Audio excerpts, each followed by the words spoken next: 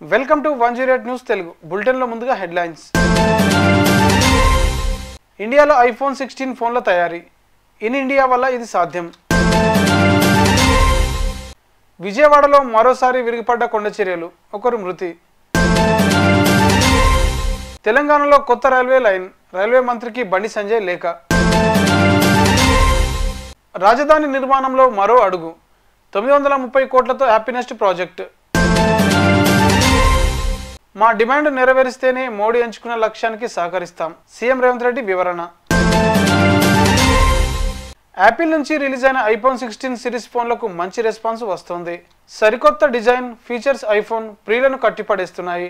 అయితే ఈ ఫోన్లు ఇండియాలో తయారవుతున్నాయని కేంద్ర మంత్రి అశ్విని వైష్ణవ్ తెలిపారు. ప్రధాని నరేంద్ర మోడీ తీసుకొచ్చిన మేక్ ఇన్ ఇండియా వల్ల ఇది సాధ్యమైందని పేర్కొన్నారు. దిగ్గజ కంపెనీల ఉత్పత్తులు భారత కర్మాగారాల నుంచి ప్రపంచవ్యాప్తం అవుతున్నాయని హర్షం వ్యక్తం చేశారు. విజయవాడలో మరోసారి కొండచర్యలు విరిగిపడ్డాయి. వర్షాలకు మాచవరంలో మోడర్న్ సూపర్ మార్కెట్ సమీపంలో కొండచర్యలు విరిగిపడి రాము అనే వ్యక్తి మరణించాడు. మరో ముగ్గురికి గాయాలయ్యాయి. క్షతగాత్రులను ఆసుపత్రికి తరలించి చికిత్స అందిస్తున్నారు. ఇటీవల మొఘల్ రాజపురంలో కొండచర్యలు విరిగిపడిన ఘటనలో 6 మరణించిన విషయం తెలిసిందే.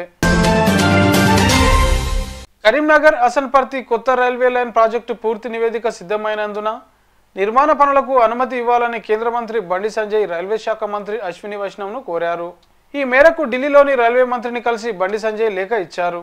దీంతో పాటు కరీంనగర్ పార్లమెంటు నియోజకవర్గ పరిధిలోని ఉప్పల్ రైల్వే స్టేషన్కు అప్గ్రేడ్ చేయాలని కోరుతూ మరో లేఖ అందజేశారు. ఏపీ రాజధాని అమరావతిలో మరో ముందడుగు పడింది. రాజధాని పరిధిలో నివాస సముదాయాల ప్రాజెక్టు హ్యాపీనెస్ట్ చేపట్టేందుకు అనుమతి లభించింది. 930 కోట్ల రూపాయలతో హ్యాపీనెస్ట్ ప్రాజెక్టు చేపట్టేందుకు ఆంధ్రప్రదేశ్ ప్రభుత్వం అనుమతి ఇచ్చింది. అమరావతిలో హ్యాపీనెస్ట్ ప్రాజెక్టును మళ్లీ చేపట్టాలని ఇటీవల సీఎం చంద్రబాబు నాయుడు నిర్ణయించారు. ప్రాజెక్టుకు నిర్మాణ వ్యయం పెరిగినప్పటికీ ఆ భారాన్ని కొనుగోలుదారులపై మోపరాదని స్పష్టం చేశారు.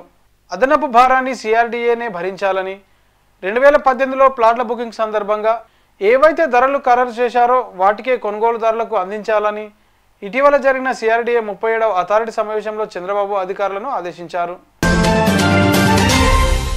కేంద్ర పన్నుల్లో రాష్ట్రాలకు పంపిణీ చేసే నిధుల వాటాను 41 నుంచి 50% పెంచాలని సీఎం రేవంత్ రెడ్డి కోరారు.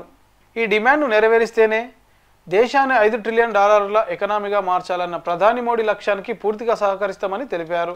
దేశంలోనే తెలంగాణ యంగెస్ట్ స్టేట్ అని గుర్తు చేశారు.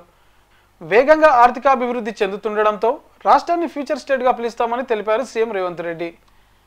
ఇవి ఇవాల్టి బులెటిన్ అప్డేట్స్. మరొక బులెటిన్తో మీ ముందుంటాను. అంతవరకు కీప్ వాచింగ్ 108 న్యూస్ తెలుగు.